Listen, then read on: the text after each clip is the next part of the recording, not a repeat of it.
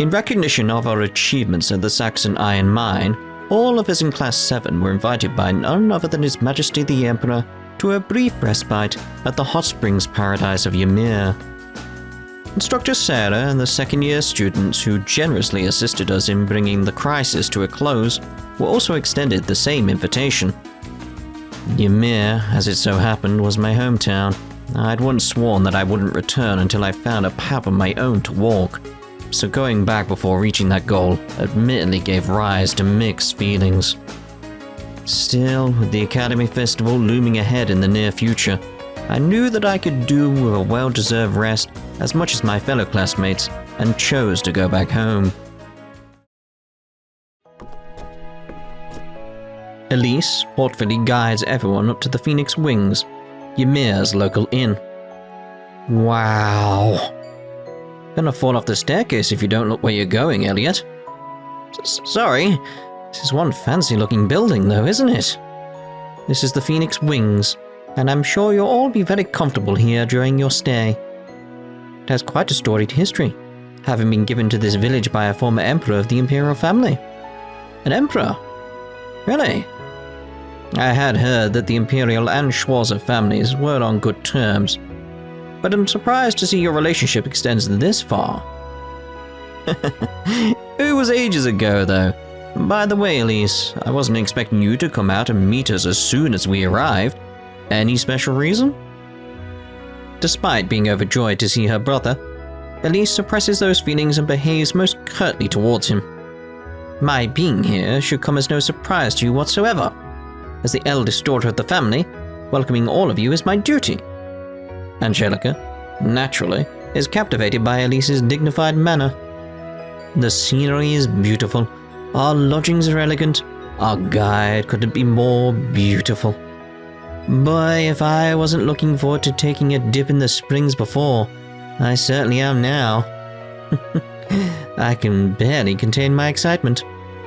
Hope you aren't planning to do anything inappropriate. It kills me to agree with her, but this village is very picturesque. Like the kind of cozy little hideaway where you can sit back and take in the scenery while drinking the day away. I'd be more than happy to keep you company, instructor. No, you won't. Students aren't allowed to drink alcohol. You know that. I only said I'd keep her company. And you're welcome to make it a threesome if you want, Toa. Why not join us? Me? Sorry, but I think I'll pass. Toa, much like Class 7, despairs upon imagining what a drunk instructor Sarah and Angelica could do with their powers combined. I swear. It'll take more than a change of scenery to get those two to give up their usual degenerate ways. Think of it this way.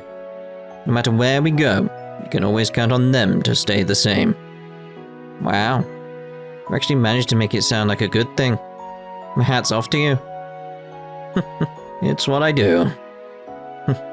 Well, I'm just glad you guys seem to like it. It's too bad not everyone who was invited could make it, though. Everyone's rooms are located here on the second floor. The men will be in a room on the left side of the communal lobby, while the ladies will be in a room on the right. We've also prepared individual rooms for Angelica, Toa, and for your instructor. And I was rather hoping all the ladies could be in one room for some quality female bonding time. I suppose you can't have everything. That is exactly why I'm glad we aren't sharing rooms, you know? Well, if there's anything we can do to be of service, don't hesitate to alert the staff. Everyone's all too eager to help in any way they can, especially since His Majesty was the one who asked us to wait on you all. Ah, thanks. Should we go and put our things in our rooms then? Sounds like a plan. But can everyone in Class 7 come down to the lobby afterwards? I want to have a meeting about our concert before we start doing anything else. I don't see why not. Great. Alright, I'll see the rest of you late. Rean slowly trails off as he notices Elise hesitating to say something. What's up, Elise? Well... Don't worry. I'll head to the mansion later and say hi to Mom and Dad. I know they'll probably shake their heads and wonder what I'm doing back here, but still. You're curious too, right? Not at all. On the contrary, I've been really looking forward to, Huh? It's nothing. Regardless, I should get out of your way and let you get on with what you need to. I'll see you later, Rean. Elise promptly leaves, her cheeks flushed and her formerly dignified manner now very flustered. She's adorable, Rean. Ah, she truly is a lovely young lady. The sight of her alone is enough to send my raging libido into an uncontrollable overdrive. Please keep all thoughts relating to my sister and your raging libido to yourself. Thanks. Well, I can hardly fail to agree how lovely she is. I'm a little lost on this libido business, however. Stay that way, Laura. It's for your own good. After placing their belongings in their respective rooms, the members of Class 7 gather in the lobby. Looks like we're all here. Yep. I take it this meeting means you've ironed out all the details on the concert. I have a vague idea at best, but it's not like we've heard anything beyond the basics.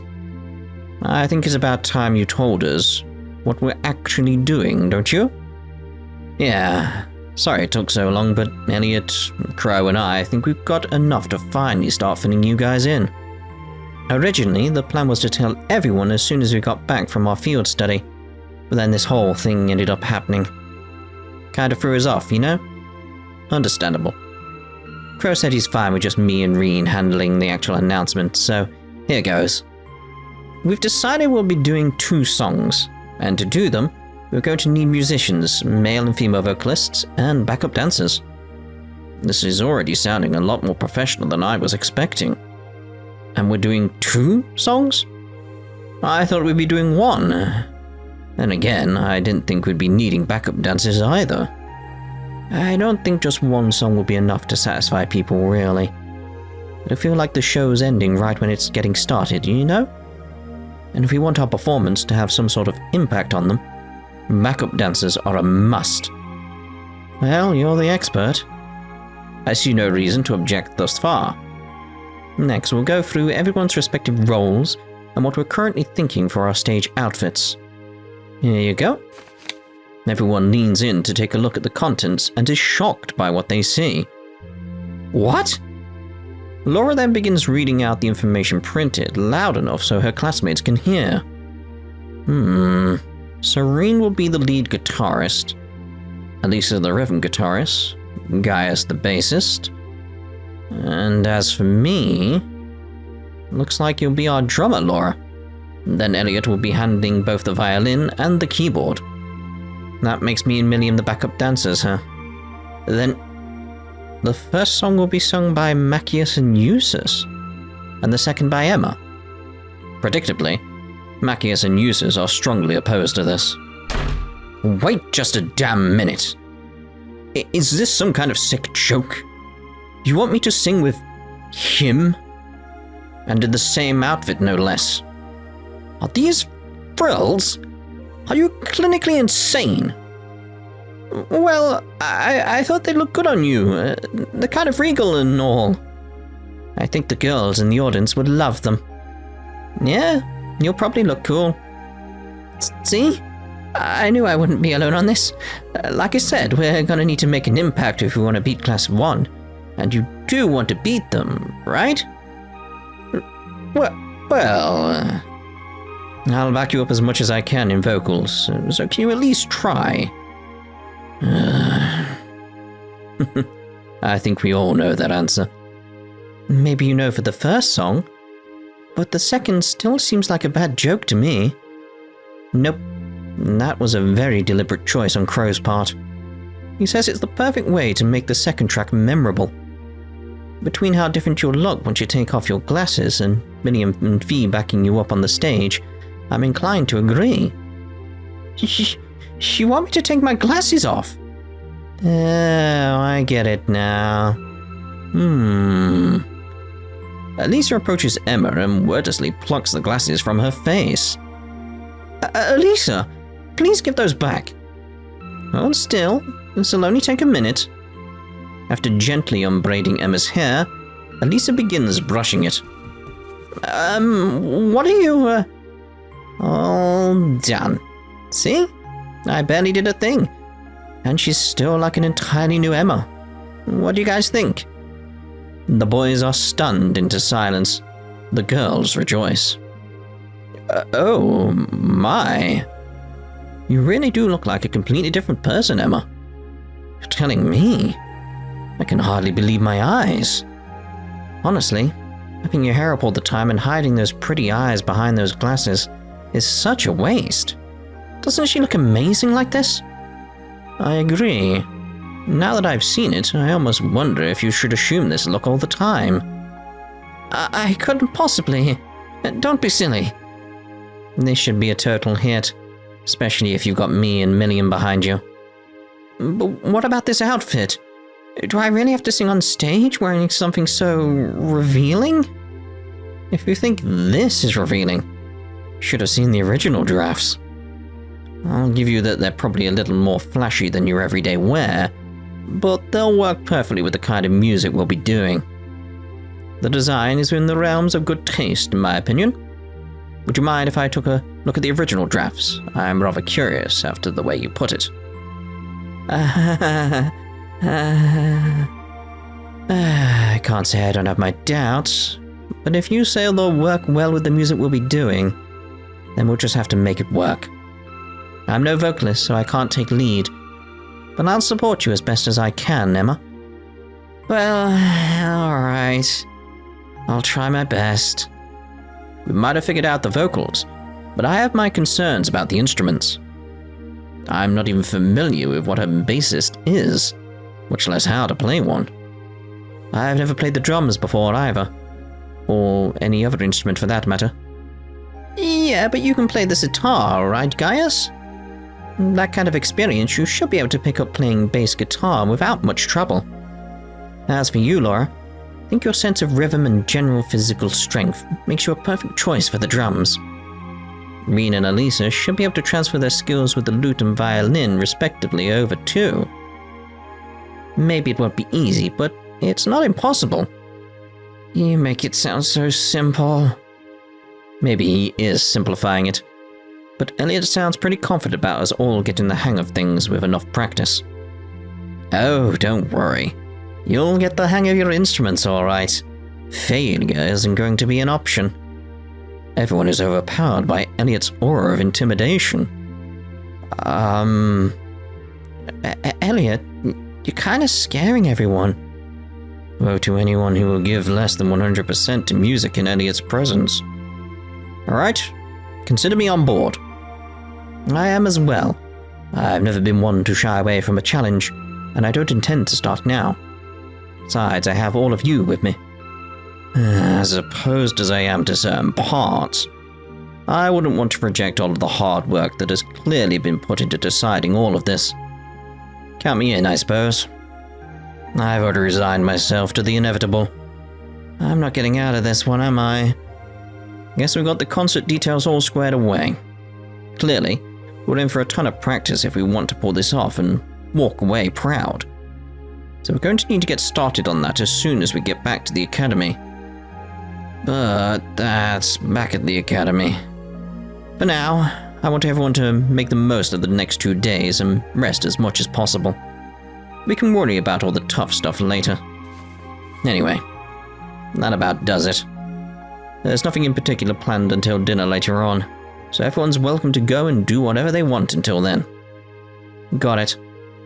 The meeting now concluded, everyone stands up to leave, with Macias continuing to grumble about being paired with Eustace as he walks. So, what are you planning to do now, Rean? Well, I did promise Elise I'd pop my head in the mansion and say hi to my mom and dad. Figured now would be a good time. This is the first time you've been home in ages, isn't it? I would think you'd want to do more than pop your head in.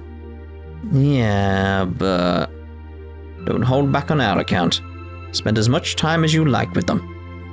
Well, if you insist. We do, I intend to go and offer my greetings to Baron Schwarzer before we leave myself, but that can wait until tomorrow. I wouldn't want to disturb his time with his family. Alright, I'll tell him to expect you then. See you guys later. Rean arrives at the mansion. Has it really been half a year since I last set foot here? Maybe I've got a few memories here that I'd rather forget, but it'll always be home to me. I've missed being here. Baron and Lady Schwarzer step out from inside the mansion. Oh. Welcome home, Rean. It's good to see you home. It's good to see both of you, too. I just wish I could have returned under better circumstances. Rean's mother very suddenly pulls him into a warm embrace. No one needs a reason to come home, surely. Just like a mother doesn't need a reason to hug her child. I suppose not. Hearing voices, Elise hurries out to the entrance hall. Mother? Father? Is that Rean? Elise sees her mother hugging Rean and is surprised. Mother? Huh? Elise? That's not fair. I've been restraining myself all this time because of everyone else being here, and here you are. Wait, what? If only you could be that honest with yourself the rest of the time, then I wouldn't need to worry about you so much. Mother, please.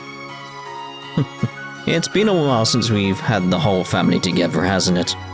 What do you say we all sit down together and talk over some tea? That sounds great. Just make sure you don't get too carried away with your hunting stories this time, darling. I want to hear all about Rean's school life while I have the chance. I won't. Were you out hunting today too, Dad? But of course. My children's homecoming would be reason enough to want to catch something to celebrate. How could I not when they're coming home with friends? And after being commended by His Majesty at that. I'm sure everyone will love whatever you've caught when they find out. Now, what are we standing around here for?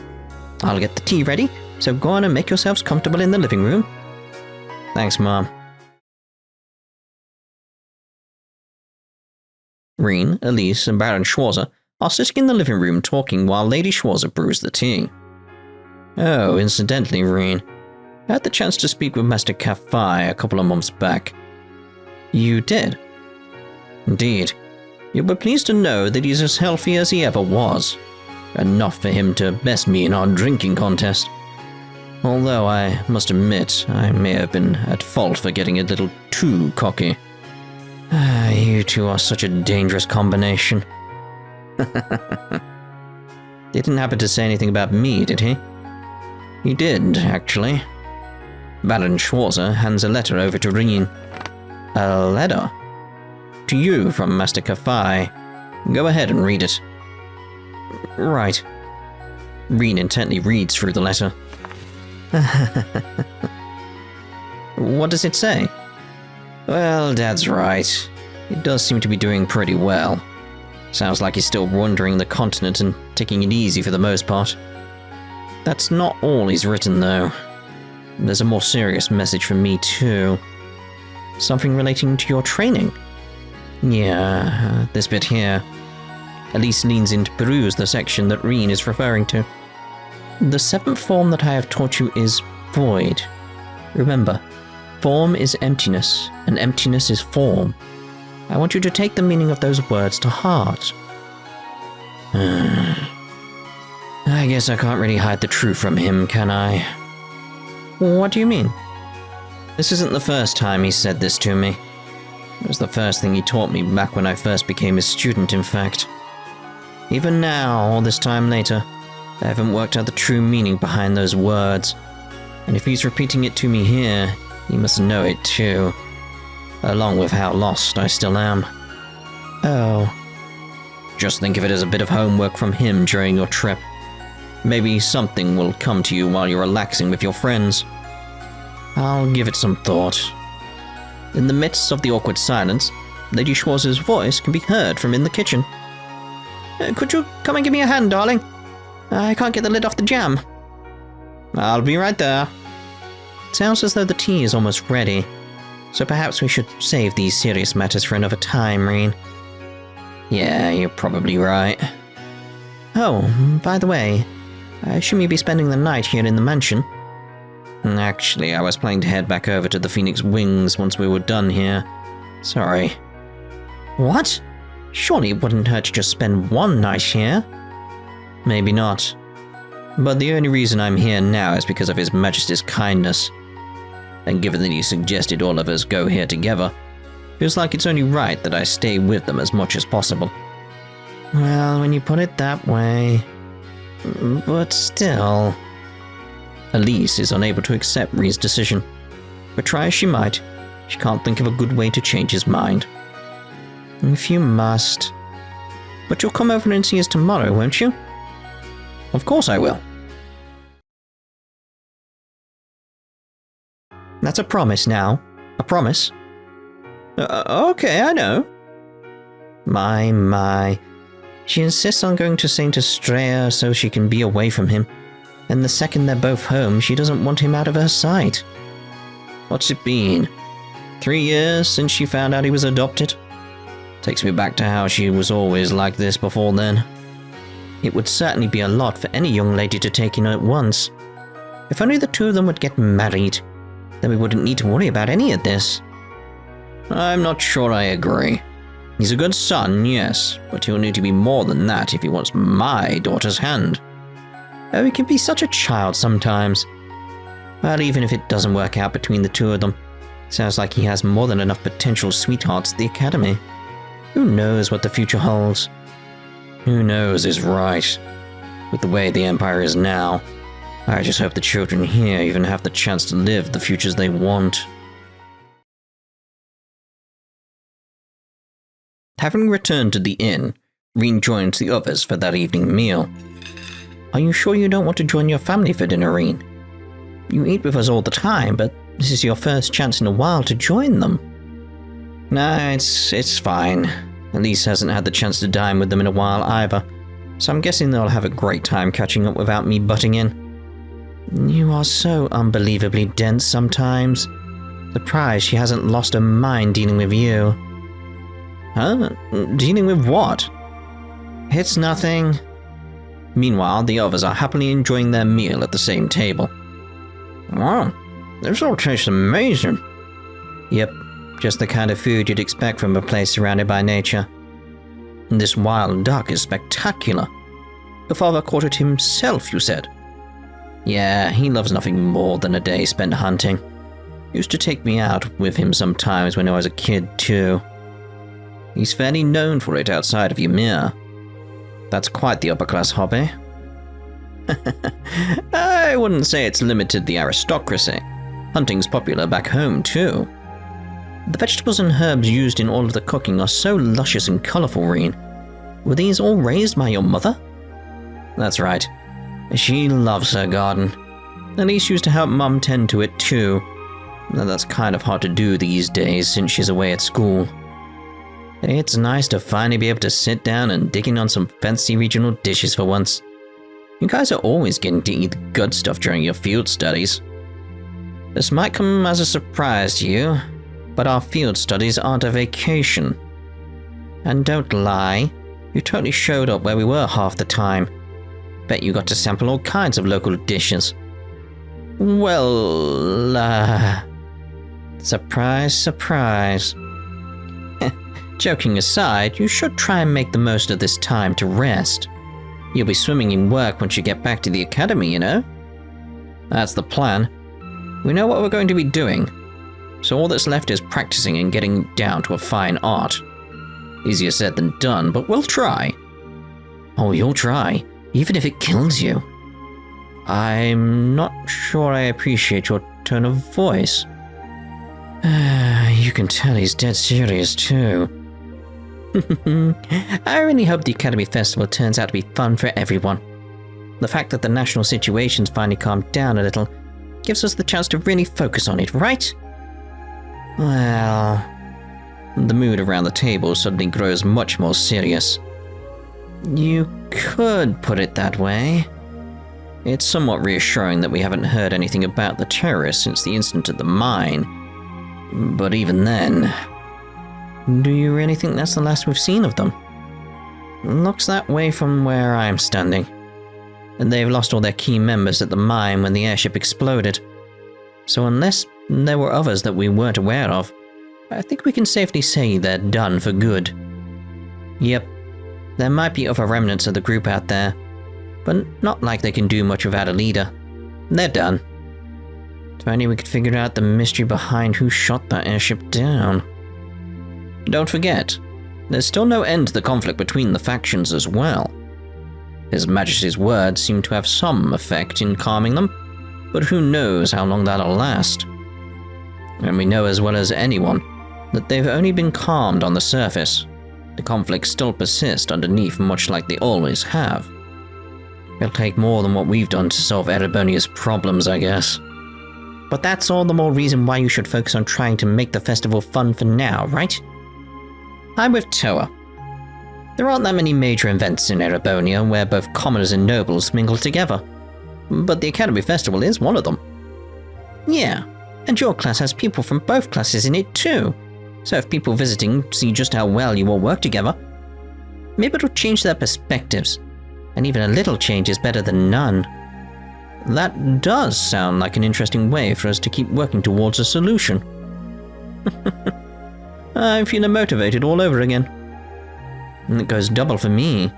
You guys ready to bust out the best concert Thors has ever seen? You bet. After dinner, the boys and the girls took turns to enjoy bathing in the springs, and we were able to wash away all the fatigue that had built up over the past few days. Afterwards, we enjoyed the rest of the evening together talking, playing billiards, and even indulging in an intense pillow fight. Before we knew it, it was time to turn in for the night. While the others soon fell fast asleep, I was stirring, unable to get the letter from Master Kafai out of my mind. Eventually, I found myself wandering through the still night alone towards the outdoor hot spring. Can't help but feel weighed down by my own shortcomings. The same shortcomings that are stopping me from discerning the truth behind Master Kafai's words, and from finding my own path to walk in life. As Rean wanders idly to the outdoor bath, he finds Angelica in the lobby. Far from her usual cheerful self, she appears to be somewhat docile and preoccupied. Wait, isn't that... Angelica? Oh, hey Rean.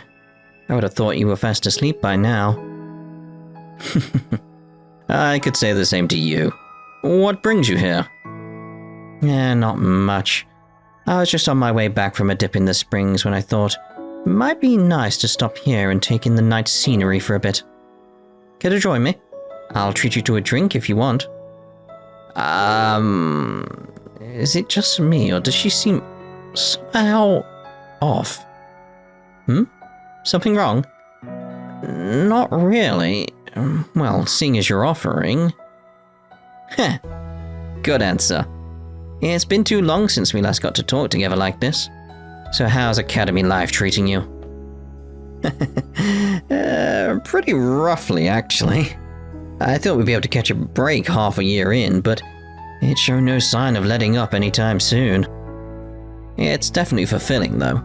The Academy Festival getting closer is just making me feel that way all the more, too. That's good to hear. You might have gone through a few rough patches since enrolling, but it seems like both your field studies and your classwork are going well. All in all, life's still turning up Rean, right? Not quite. Everything I'm happy with. I feel like there's something else I'm worried about, too. Is that power of yours one of them? Huh? You know about that? I've heard the gist. You look like a man who's been forced to look deep inside himself anew after spending a long time away from home. The kind who really doesn't like what he's seeing. That about sums it up. Before, I felt lost just figuring out what I am and what I'm supposed to be doing. Coming back here has only ended up making me feel even more lost. I don't think there's any harm in feeling a little lost for now. You're still a first year. You've got plenty of time left to mull over the answers to those questions. They're not things you need to, or can, solve in a couple of days. Not alone. There's a lot you can't get done on your own. But if you've got enough friends you can trust, not even the sky is the limit. You know the feeling, right, Rean? Yeah, I do. Then you'll be just fine. Remember that feeling and never let it go. You won't find the answers you want by searching frantically for them. They're more likely to find you when you least expect it, especially with your classmates at your side. You only get one chance to enjoy youth. Make the most of it. Listening to Angelica's final sentence, Rean gets the feeling that there's some deeper meaning to them than there appears to be. Sorry, was that too cringeworthy for even you? No, it's not that. It's just... I'm not the only one with something on my mind right now, am I? I was planning to tell you eventually, but I wasn't expecting you to throw a chance at my feet before I could even get to it. Angelica looks directly at Rean, a serious expression on her face. Rean, I've got a favor I want to ask of you. What is it? Would you be willing to take my bike off my hands? I'm sure you know what me asking that means. You're planning to drop out of the academy? Pretty much. As soon as I return home after this trip, that'll be it, I think. The little stunt I pulled at the mine didn't go down very well with that hard-headed old man of mine, you see. Oh. That's why I went ahead and told the academy that I'll be dropping out. Without my permission, of course. I'm going to be grounded at home for a while. But that's insane. Is there nothing that can be done? I mean, can't the principal or someone intervene on your behalf or refuse to let you drop out? It didn't even ask you. Not even the academy can go against a noble as prestigious as father. Not unless they're willing to face repercussions on its administration. Principal Van Dyke's put me down as on leave rather than actually dropped out. But there's no real difference when you get down to it. Angelica gives a somewhat resigned smile. Still, it's not as though I didn't see this coming. But if I bring the bike back home with me, he's just going to take it away. And the last thing I want is to have the thing we all put our hearts into making disappear into thin air. I'd rather give it to someone who can look after it. Maybe even get some use out of it. And you think that should be me? I don't want to give it to anybody else. If I know it's in your hands, I'll be able to rest easy.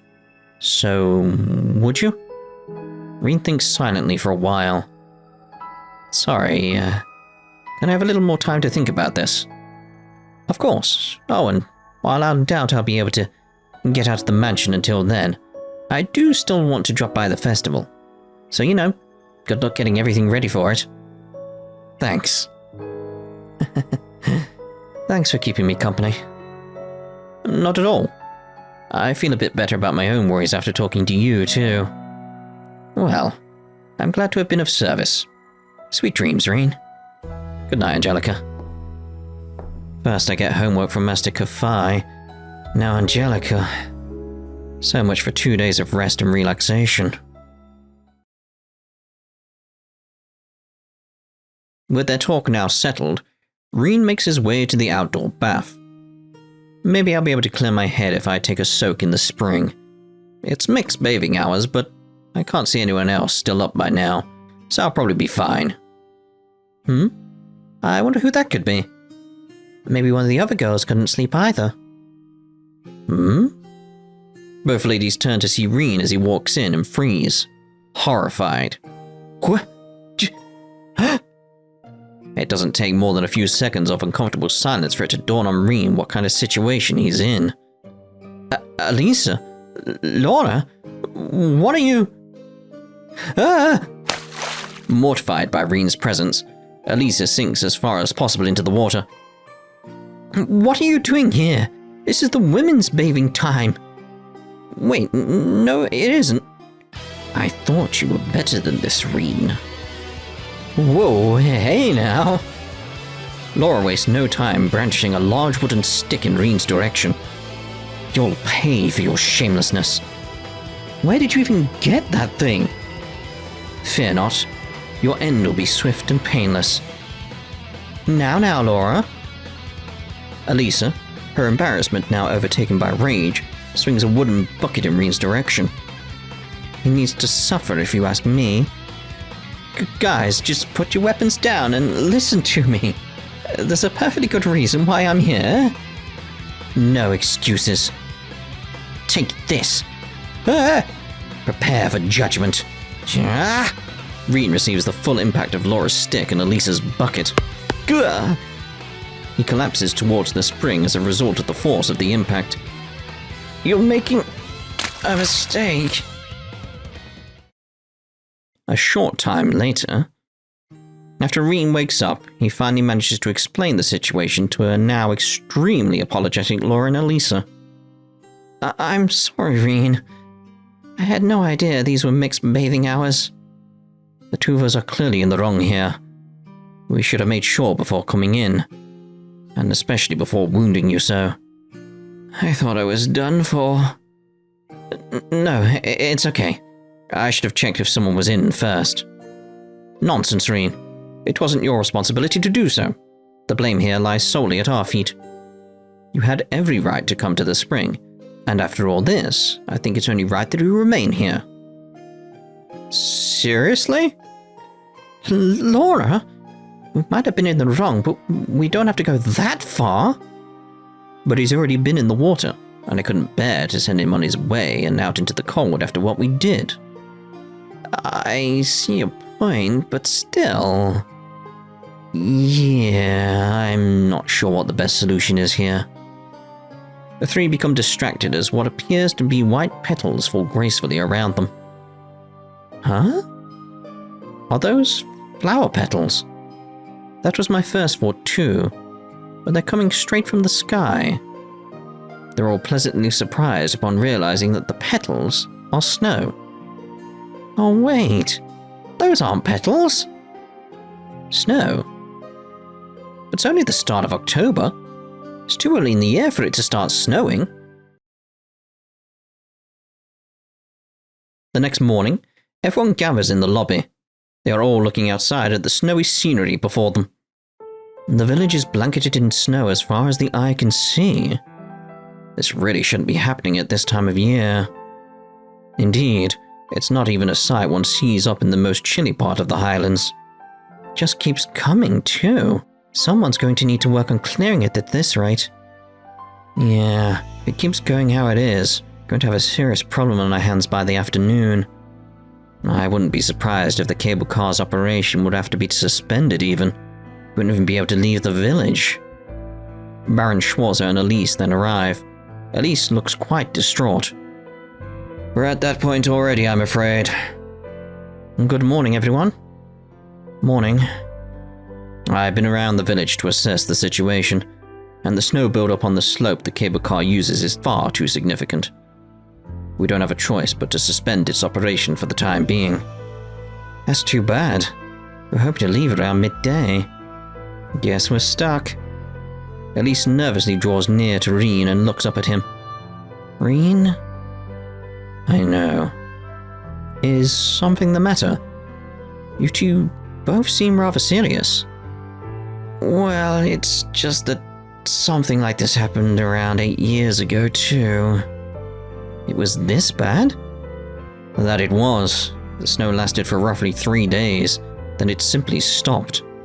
I never could figure out why. Sounds like this might be something more than some freak occurrence, then. I'll be sure to inform you once the cable car is up and running again. Oh, and before I go, I was given this by an employee at the Phoenix Wings. It's addressed to you and your classmates. Upon seeing the envelope, everyone is stunned. This looks like those envelopes our field study tasks were written in. Why would someone send us something like this? There's no sender written on it from what I can see. I think we all know the fastest way to start getting to the bottom of this. Go on, open it up, Rean. Alright then. Rean carefully takes the letter out and begins to read. Ladies and gentlemen of Class 7, I write in hopes of entrusting you with an additional field study task. Journey along the Ymir Valley, and may you bring an end to this extraordinary snowfall. It specifically says Rean needs to come with us at the end too. What's bring an end supposed to mean? As hard as it is to believe, it looks like this snow isn't even a product of nature. Someone's actually causing it to fall. But that's impossible. Not if we go by what this letter is saying. The way it's written kind of feels familiar, doesn't it? Yeah, it does. So, what are you all going to do? We should go. It feels like whoever's causing this snowfall is doing it to call us to them. And if they're requesting me by name, I don't think I can back away from this one. I agree with Rean. Class 7's dependable leader has spoken.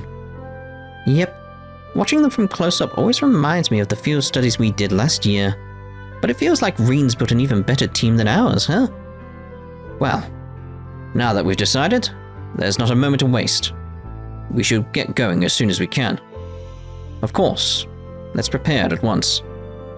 Unable to resist any longer, at least shouts our objections. It's too dangerous. Elise? You can't go. You don't even know what you're going to be up against. You'd be putting yourselves in danger. Remember, Elise, they're military academy students. Their whole education is about teaching them to handle dangerous situations just like this one. If they say they want to go, then we should let them. But Father... We'll be fine, Elise. But... I know you're nervous because of last time, but unlike then, I'm not alone. This isn't going to end the same way. Just trust me, okay? Okay? Alright. If I must. Elise casts aside her hesitations and looks up with a determined expression. But you need to promise me that you'll return safely. If you take too long to come back, I will be coming to rescue you. I won't be long. Promise. Leave Rean to us, Elise. We'll take good care of him. You can extend that promise to us, too. All of us swear to return safe and sound. Thank you. Well then, we're off. Good luck, Rean. Having reached the path along the valley, the members of Class 7 begin their ascent, eventually reaching the halfway point. Well, we're halfway up now. There's still no sign of whoever sent that letter. They keep walking, and Emma begins to notice something strange about the surrounding area. I can feel the presence of spirits on this mountain. Something couldn't be sealed here, could it? Phew, traveling through the snow like this certainly is exhausting. Wouldn't you agree, Emma? Pardon? Yes, of course. It doesn't help that the monsters seem oddly aggressive either. I'm guessing that's due to the snow, too. We don't usually get this much even in the middle of winter, so it's probably got them a bit riled up. You said this kind of thing happened once before, didn't you? And, maybe something else, too. Yeah. I mean, I'm not going to force you to talk about it if you don't want to, but... No, it's okay. I has plenty to tell you all eventually. But now is a good chance as any. Talking about the experience is clearly painful for Rean, but he keeps going nonetheless. Like I said, it was 8 years ago. I was 9, so that would have made at least 7. The two of us went to play up the stream along the valley, but while we were out, snow started falling heavily just as suddenly as this one. We panicked and tried to hurry back to the village, but on the way, we ran into this huge, bear-like creature.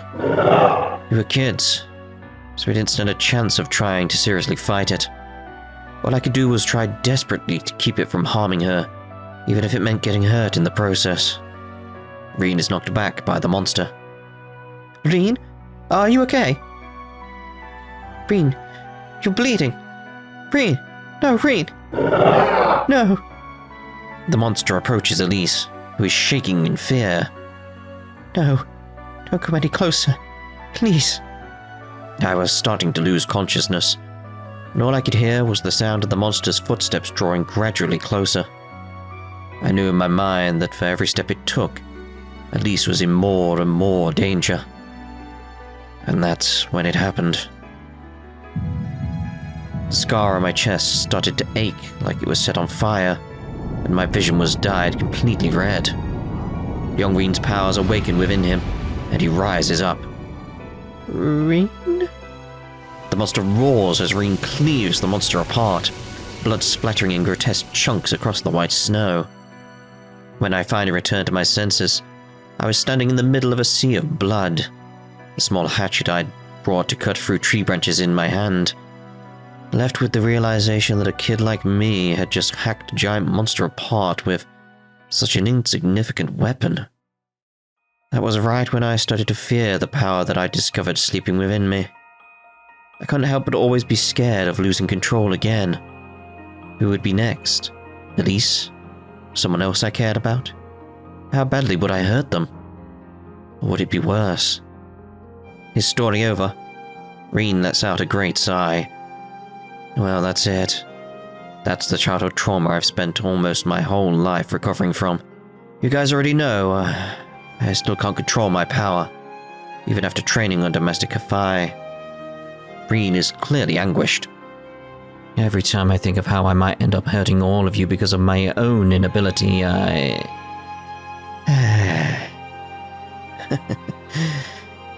Having second thoughts about wanting to be around me, I wouldn't blame you. On the contrary, all of Class 7 accepts his story without a second thought. Not at all. Really?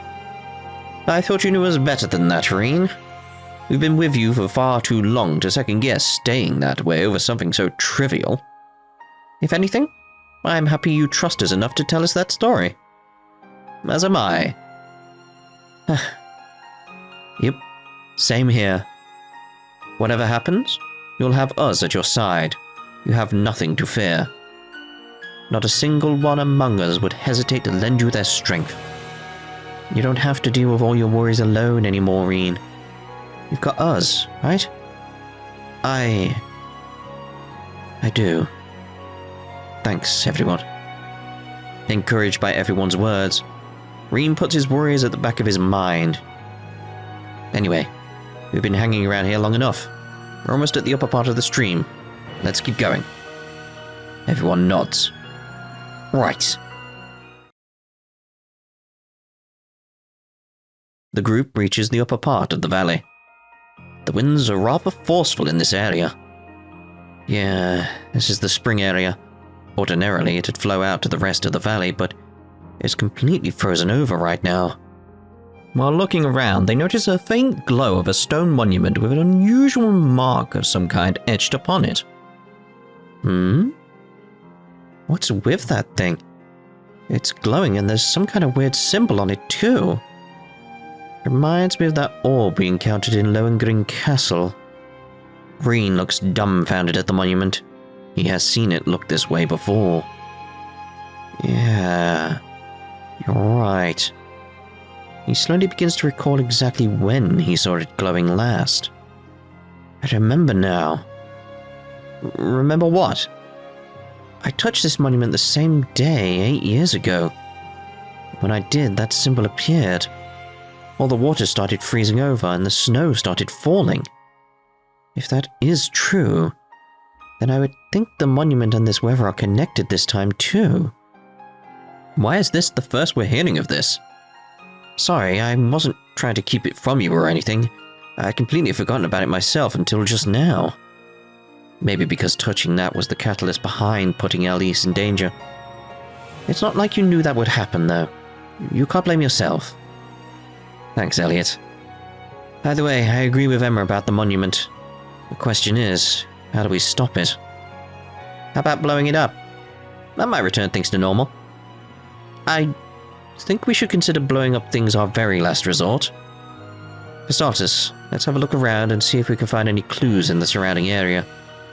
At this point, the symbol on the monument begins to grow even brighter. What's happening?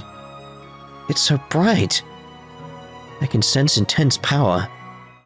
A giant ice monster appears. What? Whoa! Was that thing sealed inside the monument the whole time? Approach it with caution, everyone. Right. Everyone is turned to ice up to their shoulders by the monster and rendered unable to move. How was it able to freeze this many of us at once? I can't move. The monster raises its arm to attack. It's going to attack again. But we can't fight back. No. We can't lose. Not now. What can I do? Rean then begins to recall Elise and Elise's words. The seventh form that I have taught you is void. Remember, form is emptiness, and emptiness is form. I want you to take the meaning of those words to heart.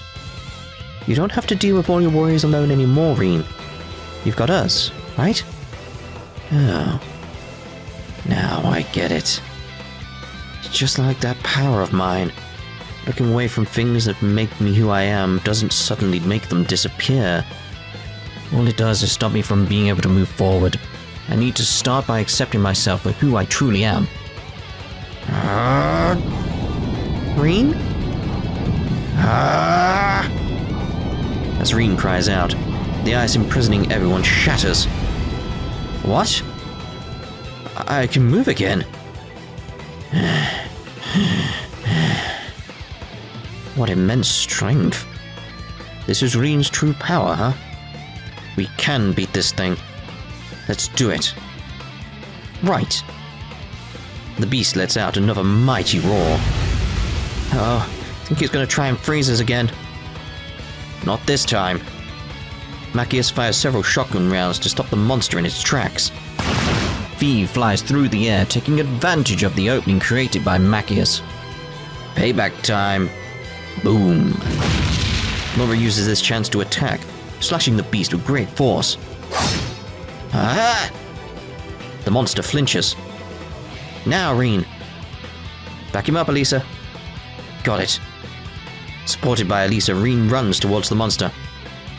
I would lose, not after promising Elisa I'd return safely. Not after promising her that this won't end the same way as last time. With all of his strength, Rean successfully bisects the monster. Gives out one last fateful cry before collapsing and fading away to nothing. Is it disappearing? The blizzard's stopping too. Is that it then? Looks that way. Whatever that thing was, it must have gone back inside the monument. Phew. Hope it doesn't come out again anytime soon. It did not want to go down. Still, Rean, it was like you were a completely different person in that fight. Think on some way to overcoming that trauma of yours now? Yeah. And I've got you guys to thank for it. It was only because you were able to accept that part of me that I was able to take the first step towards accepting it too. So, thanks. That's good to hear. Indeed. With all that behind us, I'd say that's a job well done, wouldn't you? Phew. What a relief. No. We're not finished yet. Why not? Rean cries out to their seemingly empty surroundings. How about you stop watching us from the shadows and show yourself, Phantom Thief B? Him? Phantom Thief B reveals himself while clapping his hands in a delighted manner. Ha ha ha! That was quite the spectacle. And how astute you are to realize that I was present to witness it. You have my genuine respect, Rean Schwarzer. Why is that weird guy here? I have to wonder why we didn't see it coming in the first place. So you were watching us from that cliff the whole time? Was all of this your doing? Correct. Why? What did you have to gain? Rean. Is that really the question you should be asking? I think not. What you should be asking is this. Why have you taken such an interest in me? The hell? But before answering that much more appropriate query, I should like to introduce myself again. Phantom Thief B bows before them, his cape elegantly blowing with the wind. You already know of my identity as Phantom Thief B, but I am also Enforcer number 10 of Erebonia. And I imagine you'll be meeting me plenty more in that capacity, Class 7. Ouroboros? Wait. You're the people who made those archaisms? And the ones who helped the terrorists? I would hate there to be any misunderstandings between us, so allow me to make our position perfectly clear. We of Ouroboros live and work in the shadows of history. We have no interest in the ideals of terrorists. We did, however, have an interest in the results their actions would bring about, and as such chose to give them a little helping hand. Of course, none of that is here nor there. My being here today has nothing to do with the goals of Ouroboros. No, I am simply here because of my own personal interest in all of you. Care to enlighten us? You each have your own fascinating histories and circumstances. You were brought together by the guiding hand of fate and my very own rival in beauty, Prince Olivert. As a phantom thief who thirsts for hidden beauty in all its forms, how could I not be allured by such splendor? Particularly you, Rean Schwarzer. Other than your supposedly being found in a blizzard by Ymir's Baron 12 years ago, all else about your past is shrouded in a veil of mystery. Are you a commoner? A noble? Erebonian? Foreign? No one knows. And were that not curious enough, you even have an unfathomable power that you constantly live in fear of. Just who are you truly? Blue Blonde's rapturous excitement is obvious in his voice as he keeps talking. The truth that lies hidden within you is so delightfully enigmatic that I cannot help but want to learn it. How can you stand in front of someone and talk about them like there's some kind of riddle that needs solving? Rean's an actual person with feelings, you know. You truly are despicable. No, it's fine, you two. I'm not bothered. Oh? Go ahead and try to learn the truth that lies hidden within me, if you want, Blue Blonde. You're not going to be able to do it. Might I ask what makes you so sure? You're talking about my past. About who I am. As if it's something where there's only one right answer. Like it's some kind of multiple choice question on an exam. But it's not that simple. I'm listening. Who I am is something I can only find out myself. And that's after struggling to find that answer. After never looking away from that answer or refusing to accept it. No matter what it may turn out to be.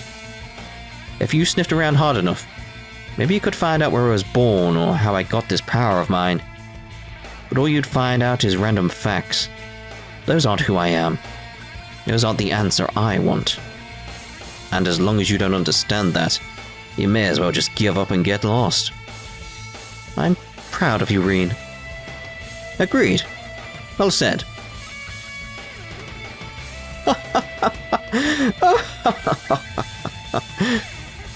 Rather than being dismayed by Rean's words, Phantom Thief B is in high spirits. I see. I suppose when you put it that way, your words make perfect sense. Such truths are purely personal, and the one I would acquire would be much different from your own. A fine answer. A strong wind begins to blow, and Class 7's vision is obstructed by a flurry of petals. Whoa! Why are there white petals all of a sudden? Ugh, how cowardly. But bear in mind that no one can hide from their own destiny, and I look forward to finding out what truths you all discover when that fateful moment comes. Phantom Thief B's final words echo through the air as his cape flutters in the wind yet again. I earnestly await what the future holds in store for your class. Until we meet again. One more powerful gust, Blue Blonde disappears. He He's gone. That was like magic. What a formidable man he is. The number of mysteries surrounding Erebonia just keeps going up, doesn't it? So it seems. Alright. We've done what we set out to do, and we know who was responsible. Let's head back to the village. No objections from me. I'm sure Elise will be happy to see you home, too. Yeah. With the mystery behind Ymir's strange happenings resolved, Class 7 gathers to depart the village as originally planned. Baron Schwarzer, Lady Schwarzer, and Elise are there to see them off. Must you leave right away? I'm afraid so. A little later than we expected, but better late than never, right? Take care, alright? Thank you again for taking care of us while we were here. I wish you all well in the days ahead. I was hoping that your stay would be a lot more relaxing than it turned out to be, though. The group thinks back to what happened with Blue Blanc. I think we all were, but no one could have ever predicted someone from Erebonia would show up here. Fortunately, he didn't seem intent on causing any more trouble than was necessary to lure us out. But then again, it's clear that society as a whole has a completely different goal of their own, one they're even willing to aid terrorists in order to achieve. And whether he was troubled today or not, he's shown full well that he's not a foe we can afford to underestimate. I bet that's true for the group's other members too. We're really going to have to get stronger if we want to stand a chance against him the next time we meet. You're telling me, but I'm sure we can do it if we put our minds to it. Baron Schwarzer laughs, clearly relieved at Rean's attitude. Were you able to solve Master Kafai's homework, Rean? I think so. Can't be sure without asking him, of course, but I finally realized that all this time, I've been lying to myself. I've been trying so hard to convince myself that I'm someone I'm not, all because I was too afraid to face up to the truth. Until now, I felt so ashamed. Rean.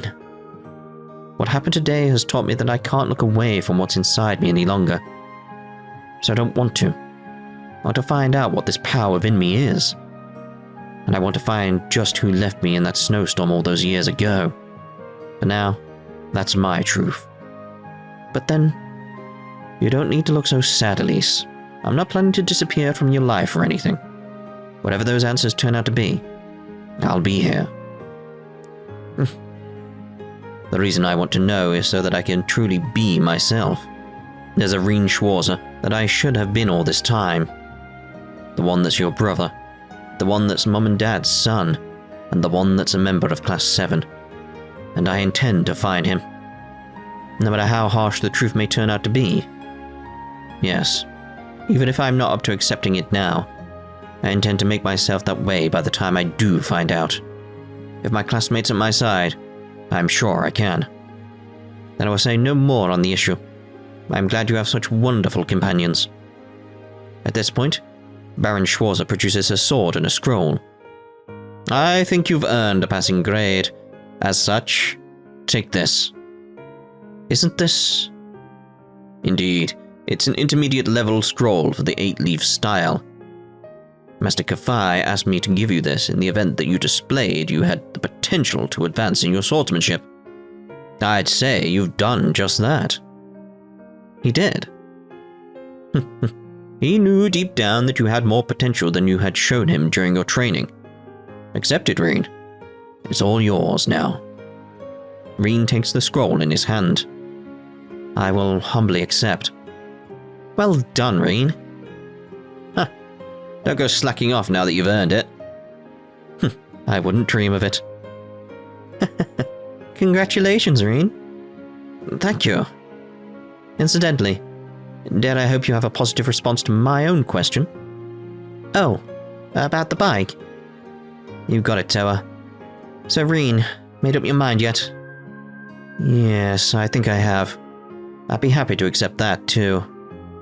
Just what I wanted to hear. I want to make this very clear.